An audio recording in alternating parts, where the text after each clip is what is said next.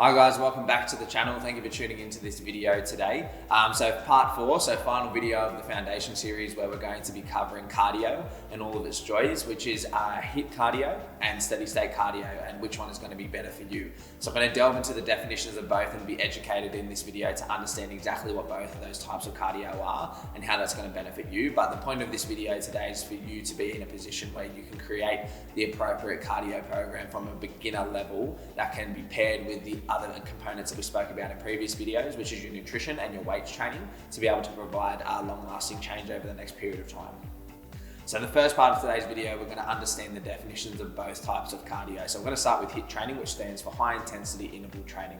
So basically how this works, it's a workout that you program where you're working in short bouts of maximum exertion, where you're trying to fatigue yourself as much as possible in your working bouts, but resting as much as you can in your resting bouts. So an example of this type of workout is you might be using something like the stationary bike, where you might do 30 seconds on at max effort, paired by 30 seconds resting while you're still moving for a 30-minute window. Comparatively, if you look at something like steady state cardio, that is a little bit different in structure. So you might be doing something like, if we use the treadmill as an example, you might set it as a consistent resistance where it might be a slow pace walk at a slight incline, but you're holding that for a much longer period of time. There's no differentiation in speed or intensity. You're just holding that particular intensity for a period of time before the workout finishes.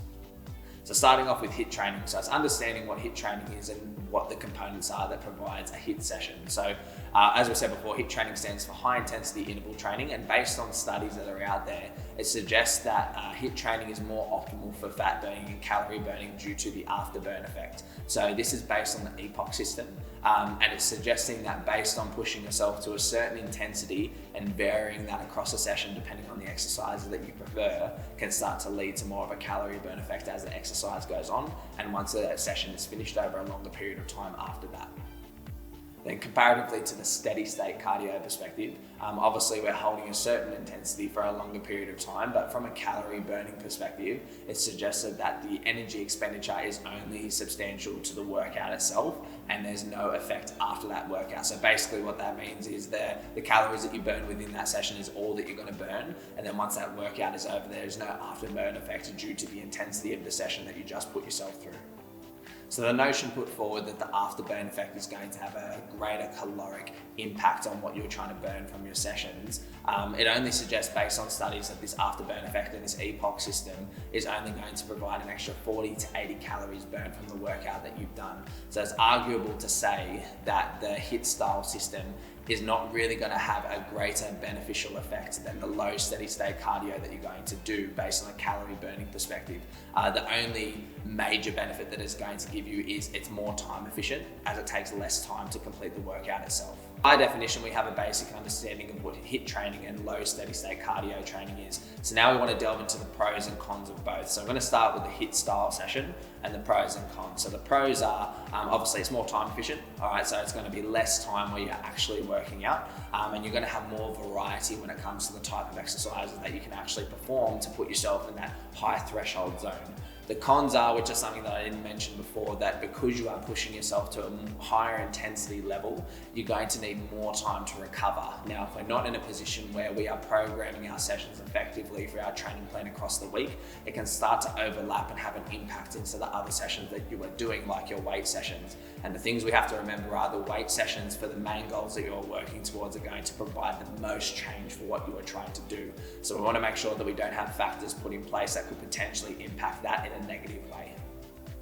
So now going into the pros and cons of steady state cardio, starting with the pros. So it takes less time to recover. Obviously you're not exerting yourself to a point where your body is going to be under physical fatigue that you're going to need to take time off from training to recover after. And the other pro as well is you're going to be able to cover a greater distance in the chosen KPIs that you might use, depending on the type of cardio that you choose. So what I mean by that is sometimes people might use the idea of a step count or a certain distance that they want to cover during a workout. If that is you and that is what you like to do, then a steady state format would be most beneficial for that, because you are able to hold yourself to a point where you can cover that certain distance that you were trying to cover.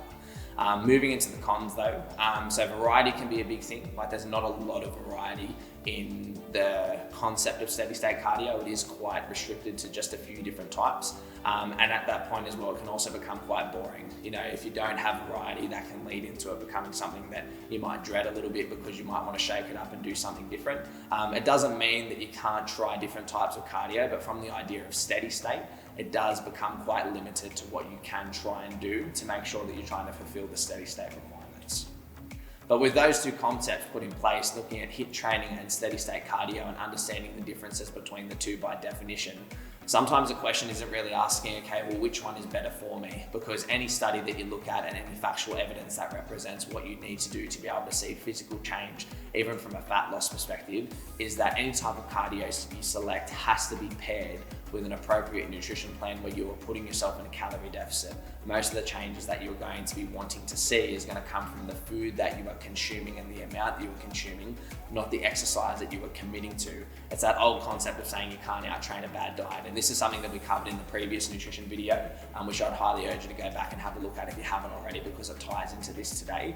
But that is the real question that we need to ask ourselves first is it the type of cardio that we need to be focusing on, or do we need to look at the bigger picture about nutrition and make sure the type of cardio that we select is going to appropriately fit in with that concept of what we're trying to do on a daily basis from a caloric intake perspective. So it still begs the question of what cardio should you do? And the answer to that question is the cardio that you can keep the most consistent and the cardio that you enjoy the most, that is going to have the least amount of impact on your weight sessions and other physical requirements that your program entails on a weekly basis. So when selecting the type of cardio that you'd like to do, sometimes it comes down to also thinking outside the box of what's in front of you.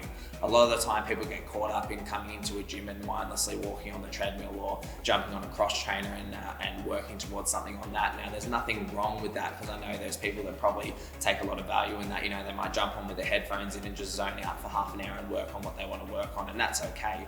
But realistically, there are people out there as well, and if this is you, then this message is for you too, that they jump on types of cardio like that and think that they're restricted to that. You know, because there's a cardio section in the gym, then that's the only area that we can do cardio in.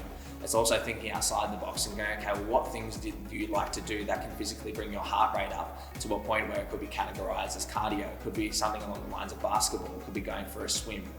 You know, it could be going for a run outside. It could be going for a walk along the beach. You know, making sure you pick things that you genuinely enjoy and working towards that and becoming better in that is going to be the biggest thing that's going to allow you to have long-lasting change and be consistent. You know, it's very hard to be consistent with things that you don't enjoy. You know, if you don't like running, then don't fucking run.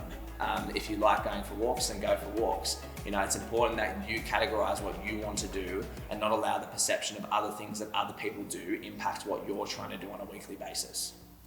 Probably one of the biggest concepts that's going to provide motivation along the lines of the cardio that you then select is coming from the perspective of performance. Now, what I mean by performance is looking in a position where you're trying to physically better yourself in that chosen cardio that you genuinely enjoy to become better at it. The thing to remember is if you're becoming fitter and you're able to perform better, you are going to be able to burn more calories because you are physically capable of doing more. And sometimes the concept that we get caught up in when we do cardio is that we just focus on burning calories. We just focus on burning energy. Yes, it's important, but it doesn't need to be the focus point. You know, it's a byproduct of the exercise that you genuinely enjoy and the things that you actually like doing on a daily basis when it comes to exercise. So for example, if I like running, you know, instead of me going, okay, well, how many calories am I going to burn in my running session today? I can sit back and go, okay, how much distance am I going to cover in my session today? You know, in comparison to the last running session that I did, how much further can I go? And then when I reflect back on it over let's just say a 6-month period, I can look at the progression of what I can physically do with my body. Now, the benefit of that is two things. One, it's going to help me acknowledge that I am becoming a fitter version of myself and I can physically do more with my body. The second thing is because I am now getting fitter, I am now able to push myself to a higher intensity in sessions where I'm going to be able to burn more calories in a less period of time. You know, if we get two people, like we'll use extreme examples, let's just say someone who's an elite level triathlete and someone who might have never picked up a weight or done any type of cardio in their life, and they both exercise for an hour as hard as they physically can go. The person who's an elite level triathlete is going to be able to burn way more calories in their session because they can push themselves to a much higher level, because they're not going to get fatigued as quickly, as opposed to someone who's never done any type of exercise in their life. their threshold for fatigue is going to be quite low. So it's going to limit them in the amount of calories that they can burn. But sometimes this person here gets caught up in how much energy they're trying to burn, as opposed to going, okay, let's just become a better version of myself in the chosen cardio that I like to do. So it's really removing that idea of going, what type of cardio is going to burn the most calories, as opposed to what type of cardio am I going to be able to physically push myself in to see myself become better at it.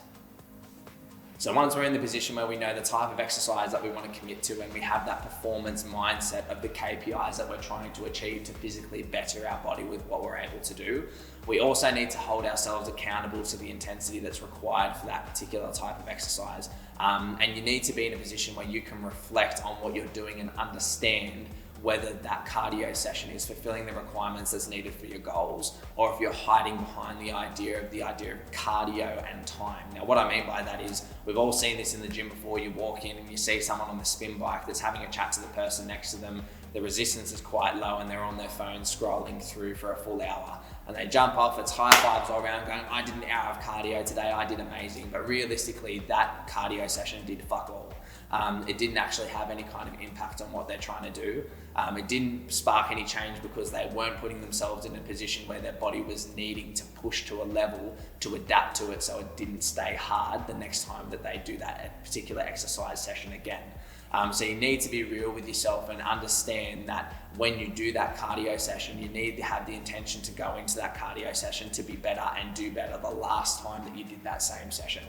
No, I'm not suggesting that you need to progress every single session, or you need to PB every session, or go a little bit further or a little bit harder, or get your heart rate up. But the idea is you need to be able to match a certain intensity that's required for your sessions, and not being in a position where you're copping out of the intensity and hiding behind the idea of time, because unfortunately all that's going to lead to is you feeling disappointed when you end up getting to the point where you reevaluate your goals and not be where you want to be. So we've been real with ourselves. We understand the type of cardio that we need to commit to. We've removed the misconceptions of, being able to hide behind the idea of time in your sessions and start to focus on performance and how much physically better you're getting from a fitness perspective. We need to delve into the health benefits of actually understanding what cardio is going to provide for you. And I like to narrow it down to two main benefits that I think, impacts everybody on different levels. The first one, which is something that not a lot of people think about, is it helps you to recover in your weight sessions.